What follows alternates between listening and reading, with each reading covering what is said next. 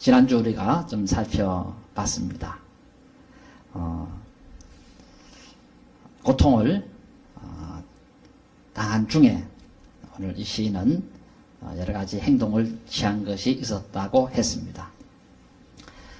그중 두 가지를 말씀을 드렸는데, 첫째로는 오늘 이 시인은 자신의 잘못을 발견하는 일을 하였다 했습니다. 내가 죽을 죄인이고 또 내가 못난 인간이다. 그러므로 이 고통을 당하는 것은 당연하다. 이런 사실을 발견했다고 했습니다. 그러므로 인해서 아마 찬송도 부를 수 있게 되었고, 또 그리고 하나님의 관계에서 멀어지지 않는 이런 하나의 끈이 되기도 하였다고 말씀을 드렸습니다. 두 번째, 고난당하는 중에 오늘 이 시인이 했던 것은 자신을 꾸중한 것이라고 했습니다. 5절에 보면 교회 지도자가 돼서 어째 그래 믿음이 없느냐 하고 자신을 향하여 꾸짖은 것이 있었다 그랬습니다. 자, 그래서 우리가 고통을 당할 때 위로받는 것도 중요하지만 이 위로에 앞서서 먼저 자신을 질책하고 자신에게 주의를 주고 타이르는 것이 먼저 있어야 하는 것이 영적인 순서라. 이것을 잘 기억할 수 있어야 되겠습니다. 그래서 그 이사야서에도 보면 하나님께서 잘못한 자기 백성들을 대할 때에 잘못한 것에 대해서 먼저 주의를 주고 우짓고 책망하고 그렇게 한 다음에 그 다음에 위로를 주시게 되어집니다. 그래서 하나님의 그 방법대로 오늘 이 시인은 그렇게 했다고 하겠습니다. 세 번째, 이 시인이 고난 중에 한 일은 무엇이냐 하면 희망을 주는 일을 했다는 것입니다. 희망을 주는 일을 했다.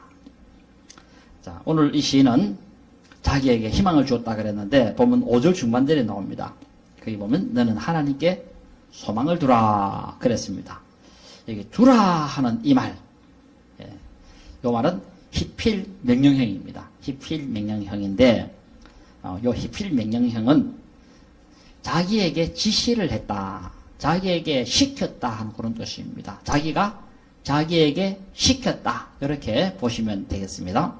뭘 시켰는가 할 때 소망을 두라고 그렇게 당부를 했다는 것입니다. 소망을 두라, 희망을 두라, 그렇게 자기에게 지시를 했다는 것입니다. 아마 이 시인은 좀 절망하고 있었고 소망을 소망 자체를 놓칠 수 있는 그런 어떤 하나의 상황까지도 간 것 같습니다. 그래서 이제 방황하고 또 그리고 비틀거리고 그런 가운데서 오늘 이 시인은 내 영혼아, 자기 자신을 향하여 부르는 소리입니다. 그러면서 소망을 두라 하나님께 하면서 지시를 했다는 것입니다. 여기 소망을 두다 하는 이 구절의 의미는 뭐냐 하면 좀 하나님을 기다리라는 것입니다. 방정 떨지 말고 하나님이 안 계시는 것은 아닌가? 하나님이 나를 영 외면했나? 하나님이 영 나를 버렸나? 하면서 단정 짓지 말고 좀 하나님을 무던하게 기다릴 수 있어야 한다 하고 지시를 했다는 것입니다.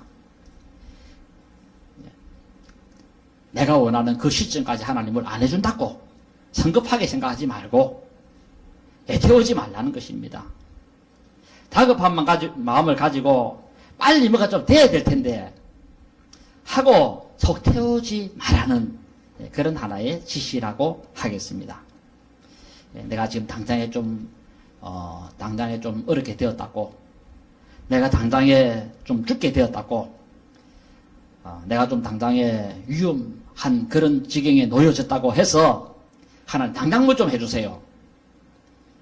당장 이러면 내가 실망할 겁니다. 이렇게 발을 동동 굴리면서 그런 어떤 그런 모습을 보이지 마라 하고 그렇게 말씀을 하고 있는 것입니다. 누구에게? 자기가 자기에게 그렇게 지시를 했다는 것입니다. 좀 여유를 가지고 시간을 가지고 그렇게 하나님을 좀 바라보라는 것입니다. 앞으로 하나님께서 이것을 가지고 어떻게 하시는지 내 인생에 그런 현재만 보지 말고 길고 짧은 것은 재봐야 안다는 그런 세상 사람의 말도 있지만은 내 인생에 있어 가지고 앞으로 하나님이 어떻게 아름답게 하시는지 어떻게 복되게 하실 것인지 하는 것에 대한 그런 결과에 대해서는 좀 유보하면서 좀 참고 나가보라는 것입니다. 그래서 오늘 이 시는 참고 인내하면서 기다리니까 놀라운 역사가 일어났습니다. 이 시는 표제가 고라자손 시라 요래 되어 있습니다만은 시편 43편과 똑같은 그런 동일한 시라고 이렇게 하고 있는데, 그래서 이 시편 이 43편에 가면은 그 표제에 대해서는 아무 표제 이름이 안 나옵니다. 그런데 70인역에 있어서는 요 시를 다윗의 시라 이렇게 기록해 놨습니다. 이것이 정확한지 아닌지는 알 수는 없지만은 지금 대부분의 사람들은 요 시를 다윗의 시라 이렇게 단정 짓습니다. 저도 그렇게 이제 봅니다만은. 자, 그러므로 이 다윗의 일생 속에서 지어진 시라고 볼 때 하나님이 다윗을 그 어려운 공고한 가운데서 서 있었지만은 하나님이 거기서 건져내서 다시 예루살렘으로 금이 한항에서 돌아오게 만들고, 그래서 다윗을 손가락에 했던 그 사람들이 다윗의 그 발 앞에 다시 무릎 꿇는 그런 일이 일어난 것이 역사에 나와 있습니다.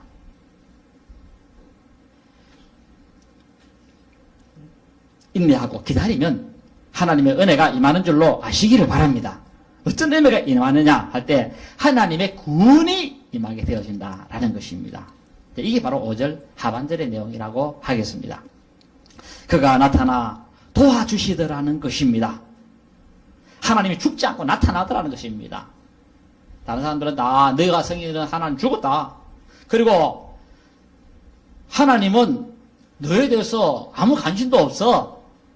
사람들이 종일 나더라 하는 말이 네 하나님 섬기는 것이 어디 있느냐? 네가 하나님 잘 섬긴다고 그렇게 하는데,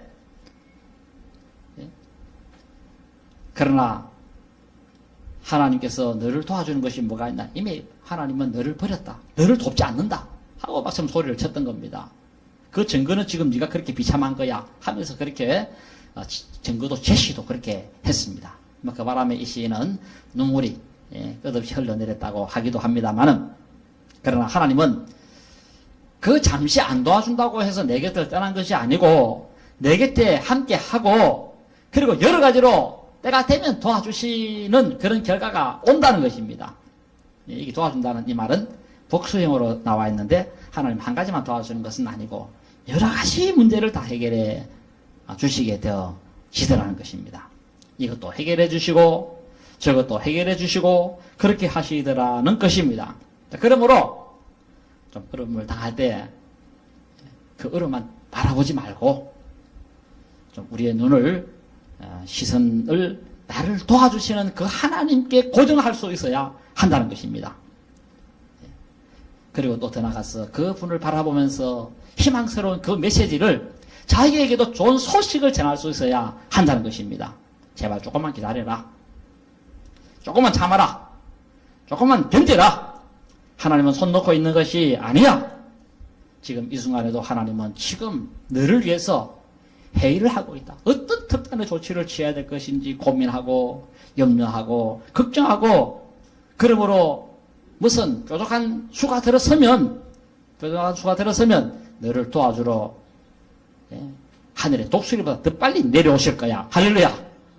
하나님은 정말 이렇게 무슨 딱 수가 들어서면 내려와 봅니다. 지금 하나님은 고민 중에 있다는 것입니다. 어떻게 지금 다윗을 도와야 될 것인지, 그래서 어떻게 해야 부끄럼 당하지 않냐고 나머지 인생의 길을 걸어갈 수가 있게 되어질 것인지, 지금 일이 얽히고 설켜가지고 지금 다윗은 혼자 풀지를 못합니다.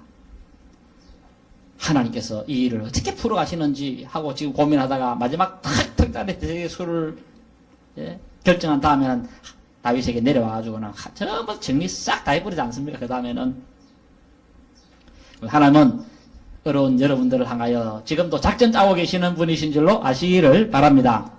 그러니까 우리가 조금 작전 짜는 그 기간 동안에 좀 기다릴 수 있어야 된다는 거예요. 기다릴 수 있어야 되는 거예요. 하나님은 지금 고민한다고 다 고민하고 있는데 빨리 안 합니까? 빨리 안 합니까? 하면 작전 짜는 하나님께서 막 신경 쓰여가지고 잘 안 될 수도 있다는 것입니다. 그래서 예레미야서 그 애가 3장 25절에 보시면은 기다리는 자들에게나 구하는 영혼들에게 여호와께서는 선하시도다. 사람이 여호와의 구원을 바라고 잠잠히 기다림이 좋도다. 그랬습니다. 기다릴 때 잠잠히 기다릴 수 있어야 된다 하고 말씀하고 있습니다. 조용히 기다려라.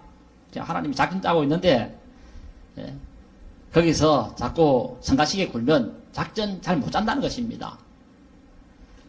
왜 빨리 안 해줍니까? 가만히 있으면 됩니까? 재촉하지 말고 좀 기다리라는 것입니다. 그러 하다가는 이를 그르칠 수 있다는 것입니다. 마늘도 그렇습니다. 심을 때 때가 있습니다. 내년에 빨리 그렇게 내가 수확해야 되겠다 싶어 하고 장마철을 지금 심으려 되는 게 아닙니다. 기다렸다가 10월달 되고 이럴 때 그때 뿌려야 되는 것이지 막 급해가지고 막 8월달에 뿌려놓으면 됩니까? 안 됩니까? 잘 안 되거든요. 이게요. 그래서 급할수록 둘러가라는 말이 있지 않습니까? 세상적으로도 급할수록 둘러가라. 5분 먼저 가려고 하다가 50년 먼저 간다. 이런 말도 들어봤죠? 예. 사람이 서두르다 보면 너무 급하게 일을 하다 보면은 거르칠 수 있다는 것입니다. 지금 하나님도 기다리고 있는 겁니다. 어느 때 이 문제를 내가 탁 잡아야 평화롭게 탁 만들 수 있겠다 하는 것을 하나님은 벌써 머리에 딱 깨달고 있습니다.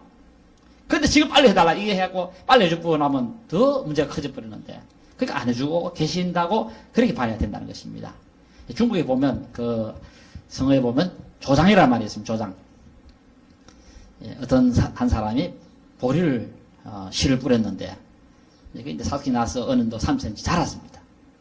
이제 그래도 겨울에 또 지나는 동안에 보니 그동안 잘 자라던 보리가 잘 안 자랍니다. 너무 마음이 조급합니다. 이 빨리 자라야 내가 수확을 할 텐데 싶어갖고는 조금씩 떼기를 봤답니다. 보리를. 그래서 이게 약간 뽑혀오는 듯한 느낌을 받을 때까지만 뽑았답니다. 몇 번 뽑으니까 죽더랍니다. 그게 몇 번 뽑으니까. 처음에 떼길 때는 좀 올라오는데 자꾸 떼기를 올리니까 좀 많이 잘하는 것 같은데 그게 죽더라는 것입니다. 사람이 이렇게 너무 성급하고 너무 조급하고 너무 서둘러다 보면 자빠지는 수도 있고 그래서 부모님들도 그래 하지 않습니까? 좀 천천히 해라.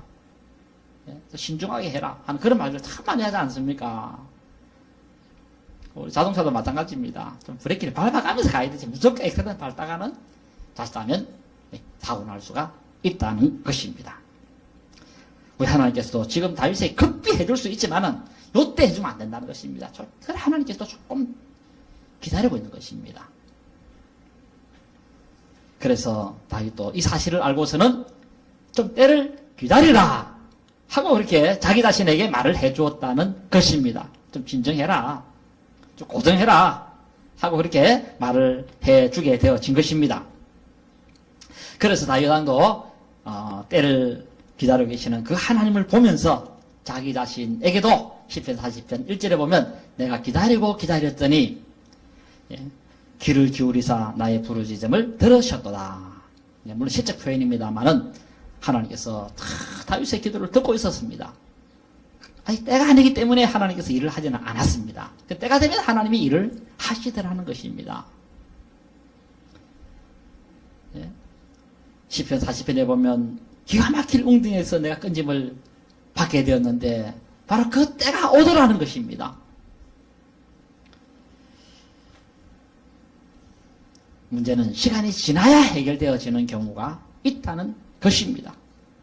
그때까지 기다려야 하는데 그래서 세상 사람들의 말도 시간이 약이다. 세월이 약이다. 하는 그런 말들을 하기도 합니다. 때가 되면 다 되어진다는 것입니다.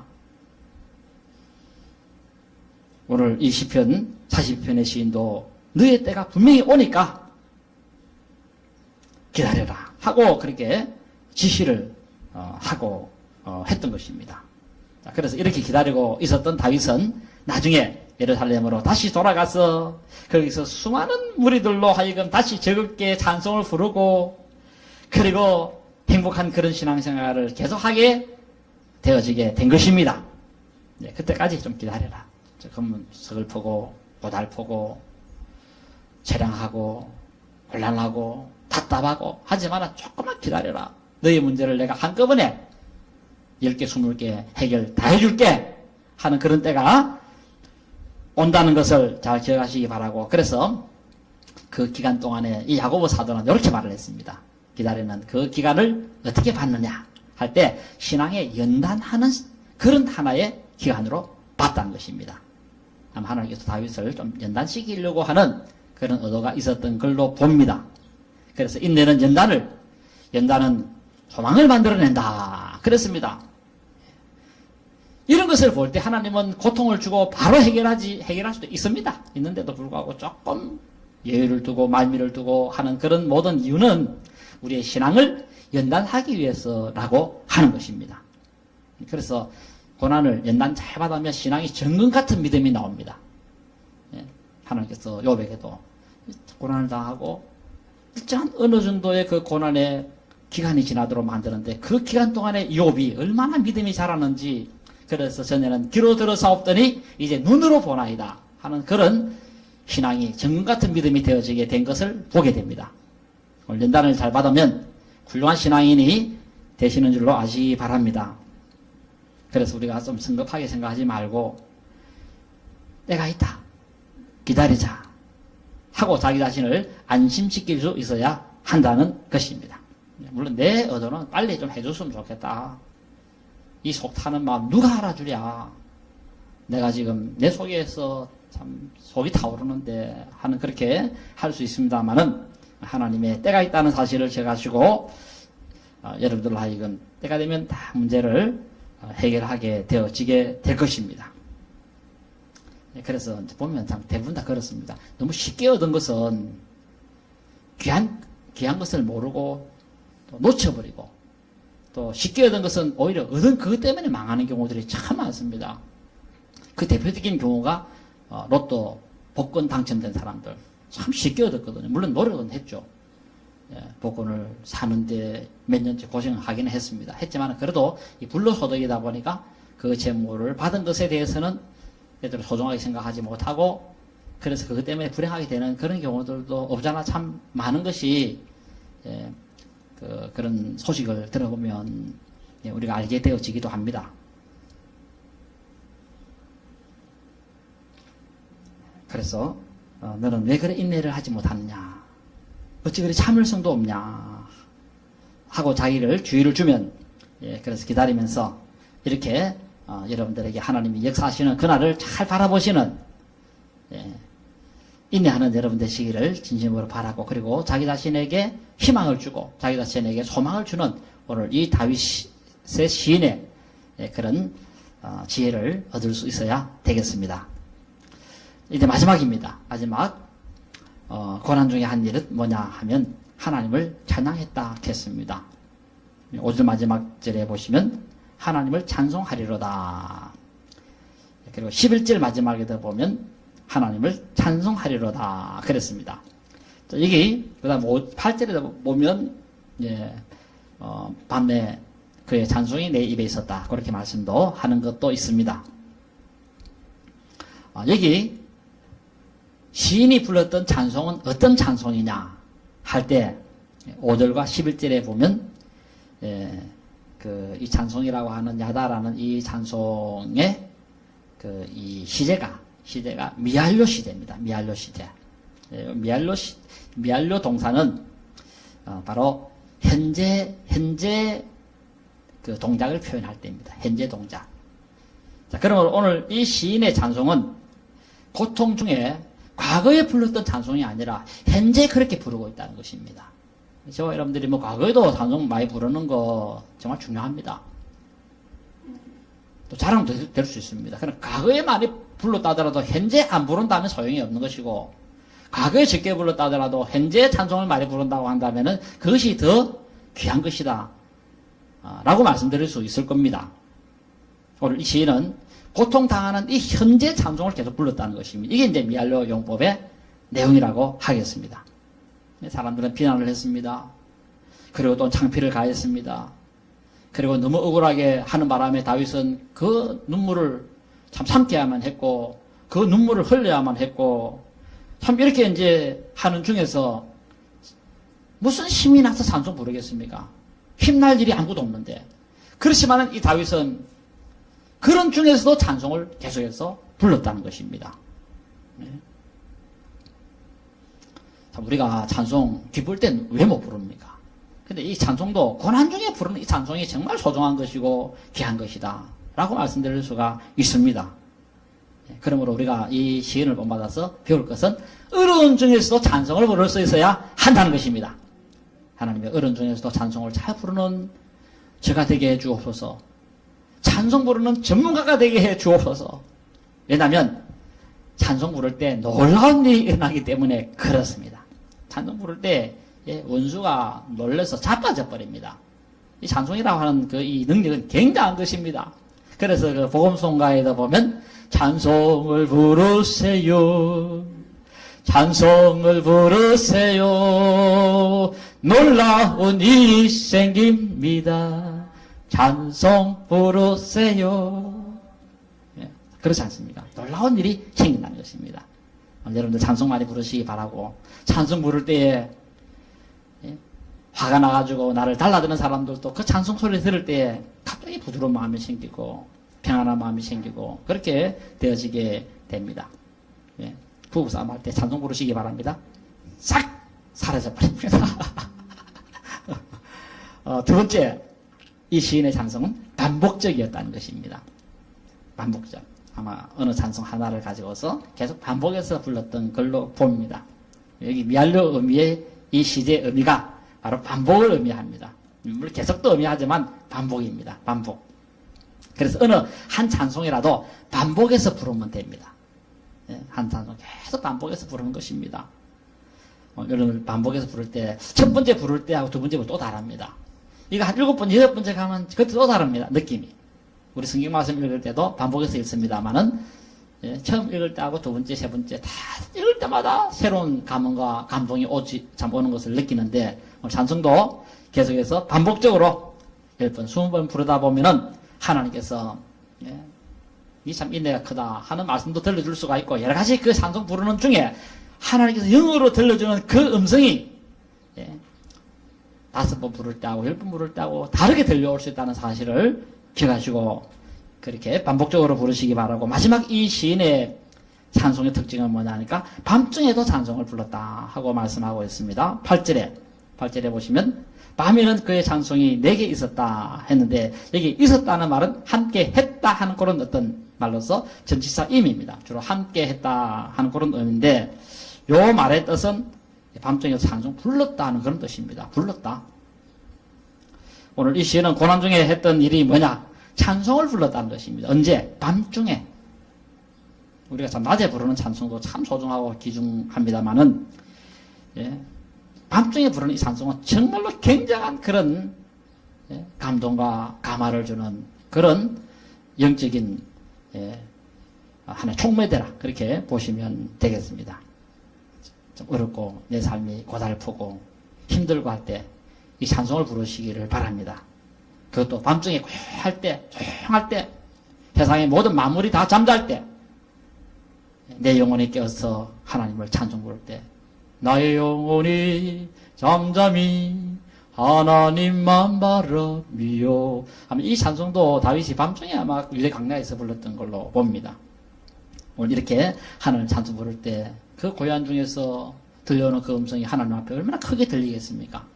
이렇게 여러분들도 밤중에 오늘 이 시인처럼 찬송을 부르는 그런 일이 있기를 바라고, 그래서 그걸 들었을 때 누가 듣겠습니까? 누가 듣습니까? 하나님이 듣습니다. 첫째는. 두 번째 누가 듣습니까? 다윗이 자기가 듣습니다. 그렇죠? 찬송은 내가 부르지만 나도 듣습니다. 그렇죠? 그 다음에 누가 듣냐? 자기 부하들이 다 듣고 있습니다. 자기 부인도 듣고 있고, 뭐 부인이 뭐 같이 있었는지 모르겠지만은, 그 다음에 자기 왕을 지키는 경호원들이 다 있으면 듣습니다. 왕이 찬송을 부르는구나. 정말 저 왕은 하나님을 최고로 섬기는 왕이다. 그러니까 하나님은 우리 왕을 반드시 도와줄 거야. 우리가 목숨 걸고 싸우자. 이래 된 겁니다. 믿습니까? 그래갖고는 목숨 걸고 나가지고 그 다윗의 휘하의 그 부하들이 상대가 뭐 10배, 20배로 더 강력한 그런 세력을 가진 그런 군대였지만 그 군대를 격파하지 않습니까? 예? 자신감, 용기 이런 것만 있으면 상대의 그 수가 문제가 아닙니다. 여러분들. 자신감이 얼마나 중요한지. 그래서 군대 가면 군가를 부르고 예, 그 다음에 음악을 동원하고 하는 이유가 다 거기에 있습니다. 전부 다. 여러분들 그 야구장 가는데 야구장에서 야구장에서 예, 거기서 막 예, 소리치고 하는 그 이유가 뭡니까? 응원하는 이유가 뭡니까? 힘을 북돋아 주려고 하는 것이거든요.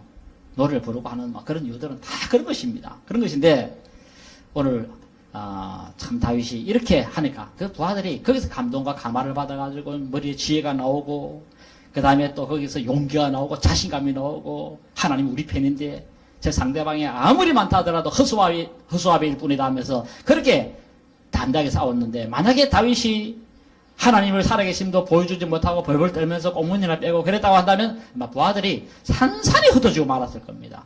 그렇다고 한다면 다윗은 처음보다 몇 배로 더 비참한 상황에 직면해서 지리멸렬로 그의 인생은 사라지고 말았을 겁니다.